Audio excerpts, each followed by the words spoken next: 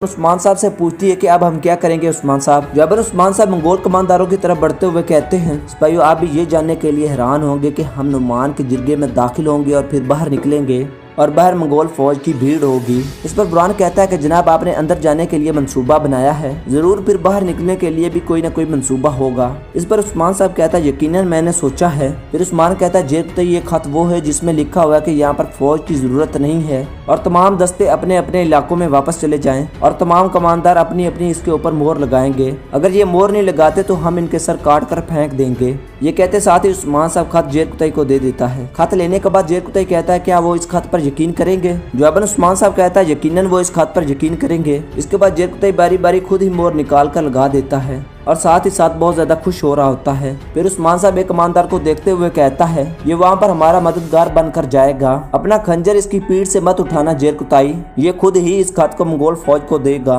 अगर ये छोटी सी गलती भी करने की कोशिश करता है तो इसका सर काट कर फेंक देना। जवाबन जेर कुतई कहता है जैसा आपका हुक्म जनाब। और उस्मान साहब कहता है खत लेकर वापस आ जाना जेर कुतई। इसके साथ ही जेर कुतई एक कमांडर की हालत दुरुस्त करता है और उसे कहता है अगर तुमने कुछ गलत कहा तो मैं तुम्हारी बात खत्म करने से पहले ही तुम्हारा गला काट कर रख दूंगा। इसके साथ ही जेर कुतई उस मंगोल कमांडर को लेकर वहां से चला जाता है और उस्मान साहब कहता है कि फौज को बिखरने दो, तब तक आप लोग खुफिया ठिकानों पर जाओगे और तैयारियां करोगे। हम देखेंगे कि कमांडर अपने रिश्तेदारों का कितना एहतराम करते हैं, हम इनको इनकी चालों के जरिए ही मात देंगे। ये सुनकर कोनूर पूछता है कि तुर्गुत बेग का क्या बनेगा। जवाबन उस्मान साहब कहता है कि आप फिक्र ना करें, हम तुर्गुत को भी बचाएंगे, फौज को बिखरने दो, हमारे पास अब भी वक्त है। इधर यानी शहर में मैलून खातून बच्चों और आयशा खातून से कहती है सिक्का साज सूरज की पहली किरण से पहले ही लोगों में सिक्का बांटना शुरू कर देंगे तो हमारी सारी तैयारियां मुकम्मल होनी चाहिए। इस पर आयशा खातून कहती है हमारी सारी तैयारियां मुकम्मल हैं, आप फिक्र ना करें। फिर मैलून खातून उरहान और अलाउद्दीन से कहती है सिपाहियों को खबर दो सुबह की पहली किरण के साथ ही वो सुरंगों से सिक्के लेकर निकल जाएंगे।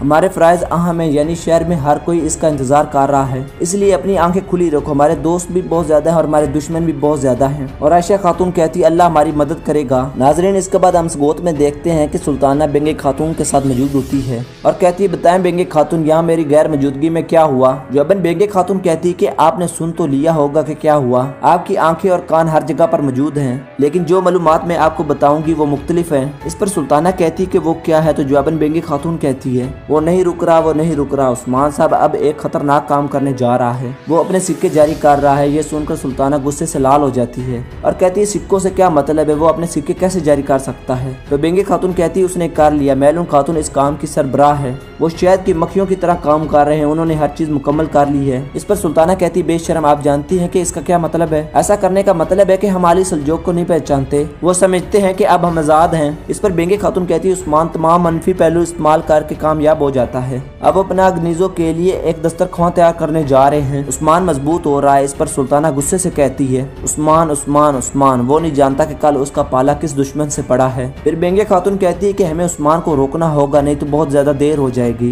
जवाबन सुल्ताना कहती है हम रोकेंगे, हम उस्मान को जरूर रोकेंगे। सबसे पहले उनके सिक्के जब्त किए जाएंगे, हम उनकी रोकथाम करेंगे। अब मेरी बात अच्छी तरह से सुनो बेगे। उधर उस्मान और बाला घोड़ों के ऊपर सवार होते हैं और बहुत ही खुशगवार मूड में होते हैं। मुस्कुराते मुस्कुराते वो दोनों आगे ही बढ़ते चले जाते हैं। दूसरी तरफ हम देखते हैं कि कई सिपाही सिक्कों के लिए कुछ खास पत्थर इकट्ठे कर रहे होते हैं और उन्होंने घोड़ा गाड़ियों के ऊपर कई भरी हुई पत्थरों की टोकरियां रखी होती हैं और सिपाहियों का सरबराह कहता है कि हमें जल्दी करनी चाहिए। मैलून खातून दिन चढ़ते ही यहाँ पर मौजूद होंगी, जबकि बेंगे खातून छुप कर उन सबको देख रही होती है और आइपर से कहती है कि तुम इस काम को अच्छे से सर अंजाम दोगे। तुमने सुना कि वो क्या कह रहा है कि मैलून खातून बहुत ही जल्द यहाँ होगी। जवाबन आइबर्स पूछता है कि जंगजुओं को क्या होगा, क्या हम उनको मारेंगे। तो जवाबन बेंगे खातून कहती है मैंने इसके बारे में कुछ सोचा है। इसके बाद वो दूसरे सिपाहियों से कहती है, सिपाहियों के जाने के बाद बेंगे खातून आइबर्स से कहती है हम इनका रास्ता थोड़ा आगे से जाकर काटेंगे, मेरे साथ चलो। इसके बाद वो आइबर्स को लेकर वहाँ से आगे चली जाती है, जबकि उनके सिपाही घोड़ा गाड़ी के ऊपर सवार होकर उनके पास आते हैं।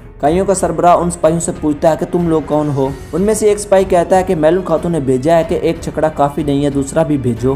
तो सिपाही कहता है कि इसको हम ले जाते हैं, दूसरा आप लेकर आ जाना। जवाबन बेंगे खातून का सिपाही कहता है उनका कहना है कि छकड़ा भर कर लेकर आना, वो थोड़ी जल्दी में है। इस पर कई सिपाही कहता है तो छकड़ा लेकर आओ, हम उसको भर कर तुम्हें थमा देंगे। इसके साथ ही बेंगे खातून के भेजे गए सिपाही वो छकड़ा लेकर वहाँ से चले जाते हैं। उधर बेंगे खातून आइबर्स के साथ आगे बढ़ रही होती है, इसी लम्हे उसके सिपाही पत्थरों से भरी हुई घोड़ा गाड़ी लेकर वहाँ पर पहुँच जाते हैं और और बेंगे खातून कहती है इस बार तुम्हारी तौहीन की जाएगी उस्मान, इस बार तुम्हें कोई भी नहीं बचा पाएगा। चलो सिपाहियों पत्थरों को बदल दो। इसके साथ सिपाही पत्थर बदलना शुरू कर देते हैं। तो इस पर आइबर्स कहता है कि वो समझ नहीं जाएंगे कि जिस्मान नकली है। जवाबन बेंगे खातून कहती है कि वो नहीं समझेंगे। वालदा सुल्ताना का कहना है कि ये पिघलने पर पता चलता है। इसके साथ ही वो असली और नकली पत्थर को उठा लेती है। देखो ये दोनों एक जैसे, जब ये पिघलेगा तो ये कचरा हो जाएगा, जबकि असली पिघलेगा तो ये कीमती हो जाएगा। इसके साथ सिपाही पत्थर तब्दील कर देते हैं। इधर हम देखते हैं कि सुल्ताना जलाली के साथ गोत में दाखिल होती है और कहती है जलाली तैयारियां मुकम्मल करो। ये सुनकर जलाली वहाँ से चला जाता है। जलाली के चले जाने के बाद सुल्ताना ज़रा पहन लेती है और बेंदर कहता है कि मुझे माफ कीजिएगा, लेकिन मुझे अभी भी यकीन नहीं आया।